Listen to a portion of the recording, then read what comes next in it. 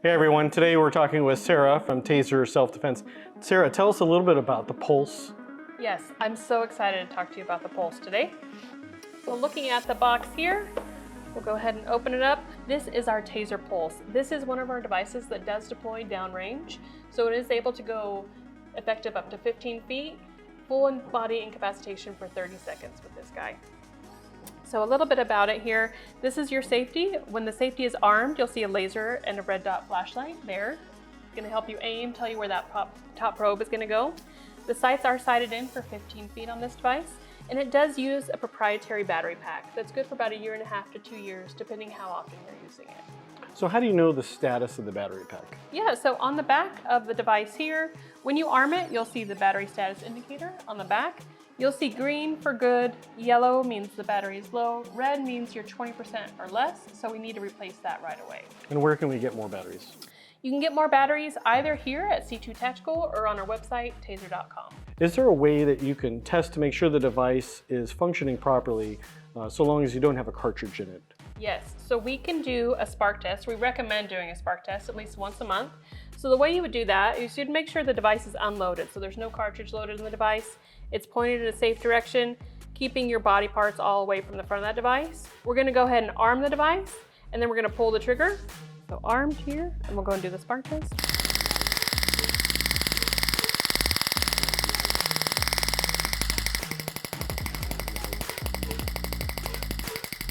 Do you want me to angle it at all?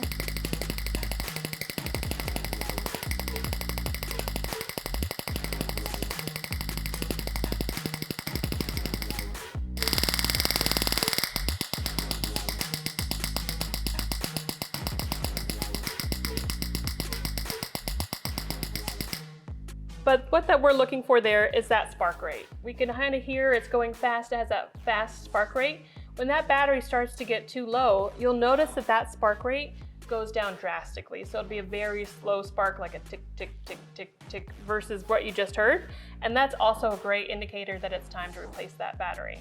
So that monthly test that you recommend, is that suggested you go the entire 30-second length?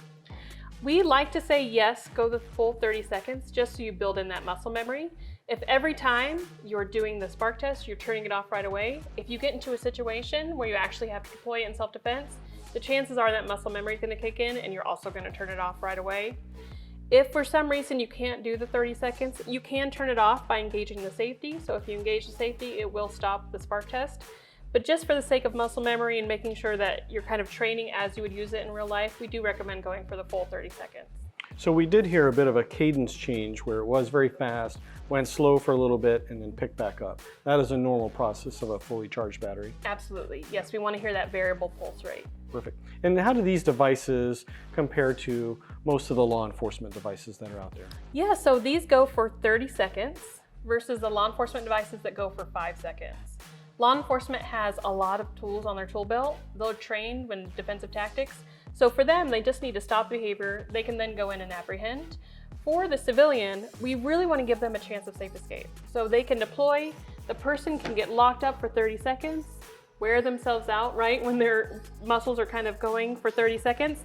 And that gives the person who have the device a chance to get the heck out of there. We have something called the safe escape guarantee. So if you use the device in self-defense, you lay it down, you get to safety, come back, and the device is lost, stolen, taken as evidence, or damaged, you can send us that police report. We're gonna replace that for free. We're worried about you, getting you to safety, we'll take care of the device.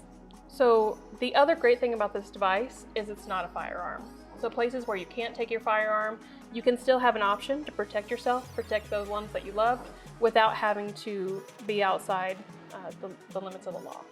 And do these cartridges have any type of expiration date? You mentioned the battery, 18, 24 months. What about the cartridges themselves? They do. They expire after 5 years. On the bottom of every cartridge, there is an expiration date. You can use that cartridge for training after that cartridge has been expired, but we don't want you to rely on it for self-defense, just in case that nitrogen capsule goes bad. So just buy a new one every few years, Yep. 5 years. Yep, every 5 years.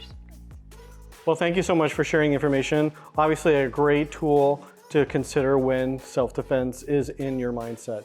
Available here at C2 Tactical.